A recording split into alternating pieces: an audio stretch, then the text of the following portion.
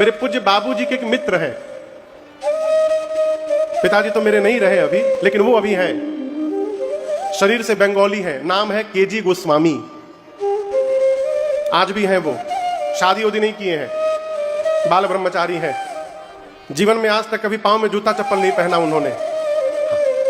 Custom में accountant officer थे, अधिकारी थे, उससे रिटायर्ड हैं। ऑफिस भी जाते थे तो नंगे पांव जाते थे। लेकिन आपको सुनकर आश्चर्य लगेगा, उनके पास एक काली जी की इतनी बड़ी फोटो है, बहुत पुरानी फोटो है काली मां की। उसी फोटो को वो फ्रॉक पहना के कपड़ा का रखते हैं और चेहरे के पास गोल कटा रहता है। अब मैं बोलूंगा तो आपको विश्वास नहीं होगा, वो काली मां से साक्षात बात करते हैं, प्रत्यक्ष बात करते हैं। वो मेरे पिताजी को मिले जब पिताजी मेरे गोमुख से गंगा जल लेकर पैदल कांवड़ पर अकेले जगन्नाथपुरी जा रहे थे।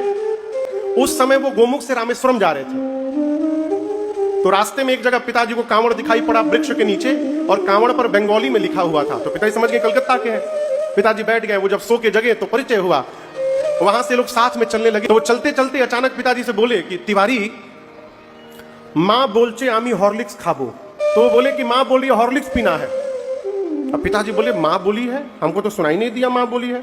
चलिए हॉर्लिक्स खरीदाया, गिलास में हॉर्लिक्स घोल के वो मां को पिला रहे हैं। झगड़ा कर रहे हैं, नहीं नहीं ज्यादा नहीं पिलाऊंगा, पेट खराब हो जाएगा तुम्हारा, एक गिलास से ज्यादा नहीं पिलाऊंगा, ऐसे बोल रहे हैं, डांट रहे हैं, पिला रहे हैं। पिताजी भी पिए। पिताजी पहली बार जीवन में देखे थे वो। फिर चले, थोड़ी दूर बाद बोलते हैं तिवारी मां बोलचे बिस्किट खाबो। आगे बोलते हैं मां बोलचे नोतुन कापड़ चाहिए। मां बोल रही नया कपड़ा चाहिए, ये खाएंगे वो खाएंगे। पिताजी को लगा मन में कि इनका मन करता है खाने का, और झूठे मां बोलचे मां बोलचे। पिताजी बोले बाबू 2-3 दिन बाद हम लोग रात्रि में एक जगह सोए। तो पिताजी मेरे 3 बजे भोर में उठे, स्नान ध्यान करके, पूरा रूट मैप था। तो गोस्वामी जी से बोले गोस्वामी जी चला जाए। तो बोले नहीं नहीं मैं थोड़ी देर अभी थोड़ा और सोना चाहता हूं।